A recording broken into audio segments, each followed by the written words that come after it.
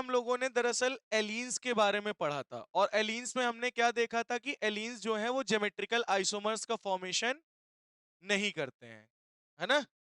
एलीन्स जो है वो ज्योमेट्रिकल आइसोमर्स का फॉर्मेशन नहीं करते हैं, देखा था ना। आज हम लोग देखने जा रहे हैं स्पाइरो। कौन सा स्ट्रक्चर देखेंगे बेटा? स्पाइरो। ठीक है, ध्यान से सुनिएगा। स्पाइरो बेटा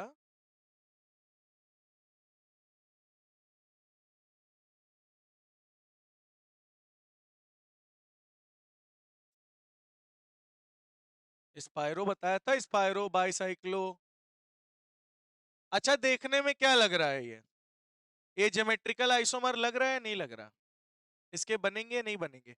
देखने में तो लग रहा होगा ये सिस है, और इसी को अपोजिट कर दो ट्रांस हो जाएगा। लेकिन बेटा ये भी आपका एरियल डिस्टेंस को फॉलो नहीं करता, जैसे एलिन्स नहीं कर रहा था पिछले वाले लेक्चर में। क्यों? क्यों? ध्यान से सुनो। क्योंकि बेटा ये जो प्लेन है, ये वाला प्लेन, ये कौन से प्लेन में है? X Y. और ये कौन से प्लेन में है? Y Z. कौन से प्लेन में है ये? Y Z. अच्छा, इस चीज को मैं अब थोड़ा सा समझाता हूं बेटा। ओ, ये कौन सा प्लेन है? ये है वाई जेड प्लेन। और ये कौन सा प्लेन है? एक्स वाई प्लेन है। हाँ, ये जो एलिन्स का सिस्टम था, सेम वही चीज यहाँ पे भी लग रहा है। ये वाई जेड प्लेन है, ये एक्स वाई प्लेन है। अब इसको तुम अगर घुमा भी दोगे तो इनके बीच का डिस्टेंस क्या रहेगा? सेम। अब जैसे ये और इसके बीच की दूरी देखो क्या है, ब्लैक और ब्लैक के बीच की एक्स है। एक्स है। इसको ऐसे पलट दो, अभी भी दूरी क्या है? एक्स ही है। पिछले में बता चुके हैं भैया। तो यहाँ पे x बराबर y है, और यहाँ पे एरियल डिस्टेंस की वजह से ये ज्योमेट्रिकल आइसोमर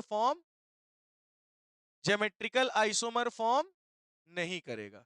तो स्पाइरो जो होते हैं वो दो रिंग्स का मतलब ही समझ जाओ, दो डबल बॉन्ड। याद है डीबी जब पढ़ाया था, डबल बॉन्ड इक्विवेलेंट, याद आया? तो दो रिंग्स का मतलब ही क्या था?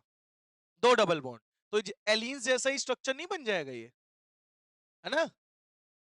तो बेटा यहाँ पे स्पाइरो में ये दो रिंग्स हैं। यहाँ पे कितनी रिंग्स हैं? टू रिंग्स हैं। टू रिंग्स का मतलब दो डबल बॉन्ड, यानी यहाँ पे ज्योमेट्रिकल आइसोमर शो नहीं होगा। यहाँ पे ज्योमेट्रिकल आइसोमर शो नहीं होगा। लेकिन अगर सोचो तीन रिंग हो जाए, कितनी रिंग हो जाए? कितनी रिंग हो जाए? तीन रिंग। चलो बना के दिखाते हैं।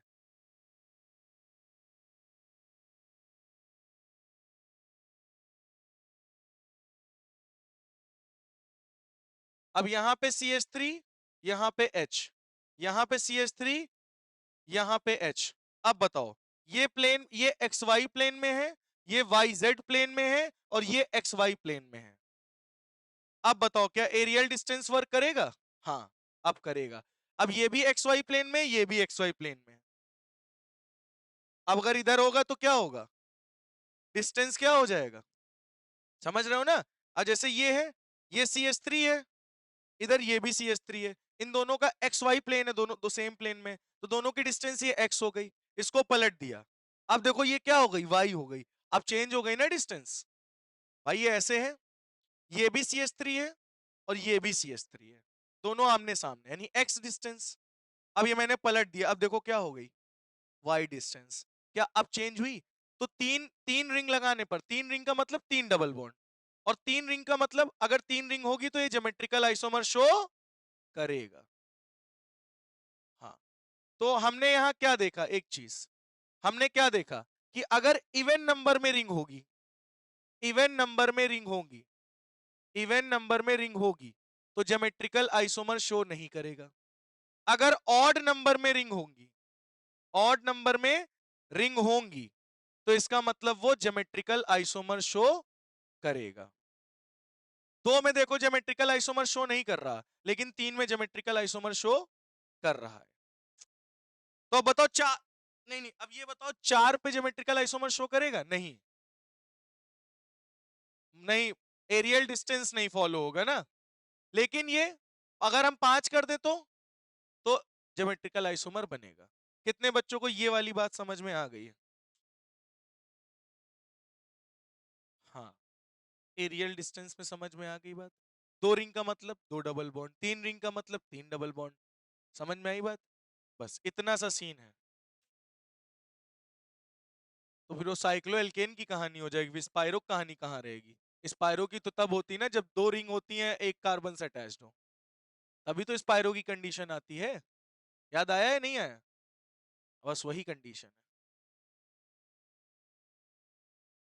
हाँ, एक्सिस अगर अलग अलग है, जैसे एक्स वाई है, ये वाई जेड प्लेन है, तब ज्योमेट्रिकल आइसोमर नहीं बनेगा, क्योंकि एरियल डिस्टेंस वाला रूल फॉलो नहीं हो रहा है। नहीं वो तुम अब यार ये मेरे तुमने बता तो दिया मैंने तुमको, स्पायरो में 2 इवन नंबर वाली रिंग होंगी तो नहीं फॉर्म करेंगे ज्योमेट्रिकल आइसोमर, ऑड नंबर में होंगे रिंग्स तो ज्योमेट्रिकल आइसोमर फॉर्म करेंगे। पेपर में तुमको क्या देगा? अब यही चीज तो मैं समझा रहा हूँ। समझ में आ गई बात? स्ट्रक्चर देगा, स्पायरो दिख रहा है तुमको तो समझ जाना कि इवन है तो नहीं फॉर्म करेगा, ऑड है तो फॉर्म करेगा। आया समझ में? अब हम बाई फिनाइल तुम्हें दिखाते हैं। स्पायरो क्लियर हुआ? कंफर्म? नोट कर, ये हो गया बेटा। अब हम किसकी बात करेंगे? By phenyl. बाई फिनाइल का मतलब समझ रहे हो क्या होगा? देखो, बाई साइक्लो समझ लो चाहे बाई फिनाइल कह लो।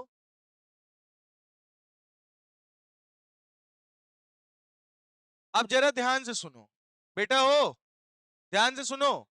ये हो गया एच, ये हो गया एच, ये हो गया एच, ये हो गया CH3, ये हो गया CH3। ये एक्स वाई प्लेन पे, ये भी एक्स वाई प्लेन पे। बताओ, दोनों सेम प्लेन पे हैं, ज्योमेट्रिकल आइसोमर फॉर्म करेगा? आपको लगेगा हाँ। लेकिन सुनो, ये दोनों CH3 ग्रुप एक ही तरफ है, इनके बीच में क्या होगा? रिपल्जन। क्या होगा? क्या होगा? रिपल्जन। अब जो दो मैग्नेट्स में रिपल्जन होगा तो अपना प्लेन क्या कर लेता है? चेंज। तो ये एक्स वाई प्लेन से, ये भाई सामने देखो, ये CH3 रेपल करेगा तो ये अपना प्लेन ऐसे चेंज नहीं कर लेगा, ऐसे फ्लिप कर लेगा ना, तो CH3 उठ के इधर चला आएगा। यानी ये एक्स वाई प्लेन से किधर आ जाएगा? वाई जेड प्लेन में। हाँ, तो इसका मतलब ये भी कोई ज्योमेट्रिकल आइसोमर फॉर्म नहीं करेगा। हाँ, फिर से समझो, ध्यान से सुनना, दिमाग खोल के, ठीक है? गुम्मा से ना खोलो। सुनो, बाईफेनाइल लेंगे, ये बाईफेनाइल है, इधर H लगा, इधर H, इधर CH3 लग तो रहा होगा सिस बन गया, है ना?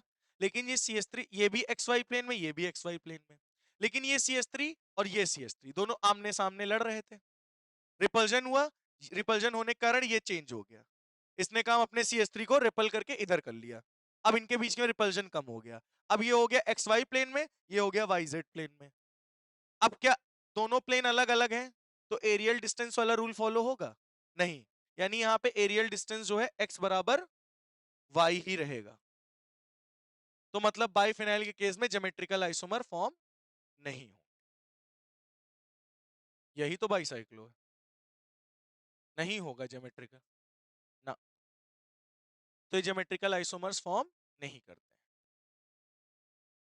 नोट कर लीजिए, तो अब पूरी समरी बता दें हमने आपको अभी तक क्या बताया।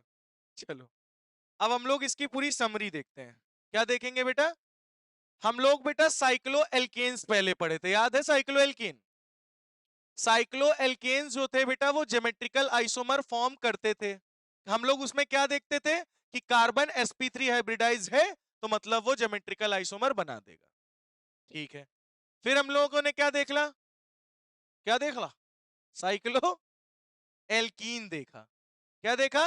Cyclo alkene. और साइक्लो एल्कीन में ज्योमेट्रिकल आइसोमर शो करता है, लेकिन जब carbon greater than equal to 8 हो, जब कार्बन की संख्या 8 से ज्यादा होगी या 8 तक होगी, 8 या 8 से ज्यादा होगी तभी वो ज्योमेट्रिकल आइसोमर बनाएगा, अन्यथा नहीं बनाएगा। यही पढ़ा था ना, याद है? नेक्स्ट है एलीन्स। इसके बाद क्या पढ़ा था हम लोगों ने? एलीन्स। एलीन्स में क्या पढ़ा था हम लोगों ने? कि एलीन्स जो होते हैं, जैसे डबल बॉन्ड CH3H CH3H। हमें देखने में तो लग रहा है कि ये फॉर्म करता है ज्योमेट्रिकल आइसोमर, लेकिन हमने क्या देखा कि ये एक्स वाई प्लेन में पाया जाता है और ये वाई जेड प्लेन में, और यहाँ पे एक्स बराबर वाई एरियल डिस्टेंस वाले रूल को फॉलो नहीं कर रहा था, तो इसका मतलब एलिन्स ज्योमेट्रिकल आइसोमर फॉर्म नहीं करते, ये पढ़ा था। हाँ ठीक है, इतनी बात समझ में आई। फिर हमने क्या पढ़ा, स्पाइरो के बारे में। किसके बारे में बेटा, स्पाइरो के बारे में। स्पाइरो के बारे में हम लोगों ने क्या जाना था बताओ, स्पाइरो के बारे में हम लोगों ने क्या जाना था, अगर उसमें इवन नंबर में रिंग होंगी, इवन नंबर में रिंग्स होंगी, तो वो ज्योमेट्रिकल आइसोमर नहीं बनाएगा। अगर ऑड नंबर में रिंग्स होंगी, अब ये भी जाना है, तो वो ज्योमेट्रिकल आइसोमर फॉर्म करेगा। स्पाइरो में हम लोगों ने ये पढ़ा था, याद आया। फिर हम लोगों ने क्या पढ़ा, बाई साइक्लो यानी बाई फेनाइल पढ़ा। बाई फेनाइल में क्या पढ़ा कि ये ज्योमेट्रिकल आइसोमर नहीं फॉर्म करते। तो इतनी सारी चीजें हम लोगों ने पढ़ी, ये है आपका ओवरऑल समरी। बोलो अब समझ में आया है नहीं आया, या अभी भी नहीं आया। बाईफाइनाइल में आप लोगों ने ऐसा स्ट्रक्चर बनाया, ध्यान से सुनो, ठीक है, ये बनाया स्ट्रक्चर, ये हमें दिखा एक्स वाई प्लेन पे, ये भी हमें दिखा एक्स वाई प्लेन पे। यहां CH3 लगा था, यहां भी CH3 लगा था, ये H लगा था, यहां भी H लगा था, ये बेंजीन रिंग थी। मुझे लगा दोनों एक्स वाई प्लेन पे ज्योमेट्रिकल आइसोमर बनाएगा, दोनों एक्स वाई प्लेन पे। फिर ये जो CH3 रेपेल कर गए, और रेपेल करने के बाद इन्होंने अपना प्लेन क्या कर लिया, बदल लिया। अब ये कौन से प्लेन में आ गए, वाई जेड प्लेन में, एक्स वाई से, एक्स वाई से किस में आ गए, वाई जेड प्लेन में। तो क्या अब ये क्या फॉर्म करेगा, अब ये एरियल डिस्टेंस को फॉलो नहीं कर रहा है, एक्स बराबर वाई है। CH3 और CH3 के बीच की दूरी चाहे टेढ़ा हो जाए चाहे मेढ़ा हो जाए, सिस और ट्रांस दोनों में सेम रहेगी, इसलिए ज्योमेट्रिकल आइसोमर फॉर्म। अगर CH3 इधर आ गया तो तुम चाहे सिस बनाओ चाहे ट्रांस, एक्स और वाई CH3 और CH3 के बीच की दूरी क्या होगी, डिस्टेंस सेम रहेगी। बात नहीं समझ में आई, आ गई ना, ठीक। तो ये ज्योमेट्रिकल आइसोमर फॉर्म नहीं करते हैं, इतनी चीजें मैंने आपको पढ़ाई। अब हम लोग बेटा जो नेक्स्ट टॉपिक है वो पढ़ने जा रहे हैं नंबर ऑफ जीआई, कि कोई कंपाउंड हम आपको दे दें और आपसे पूछ लें बताओ उसमें कितने ज्योमेट्रिकल आइसोमर बनेंगे नंबर्स में, मतलब एक बनेंगे, दो बनेंगे, तीन बनेंगे, चार बनेंगे, पांच बनेंगे, कितने ज्योमेट्रिकल आइसोमर बनेंगे। ये हम लोग का लास्ट टॉपिक है ज्योमेट्रिकल आइसोमर का, देन ज्योमेट्रिकल आइसोमर खत्म। समझ में आई बात, चलो तो स्टार्ट किया जाए। ज्योमेट्रिकल आइसोमर खत्म केवल,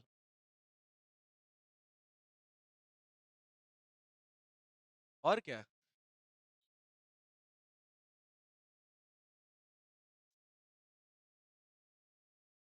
ठीक है,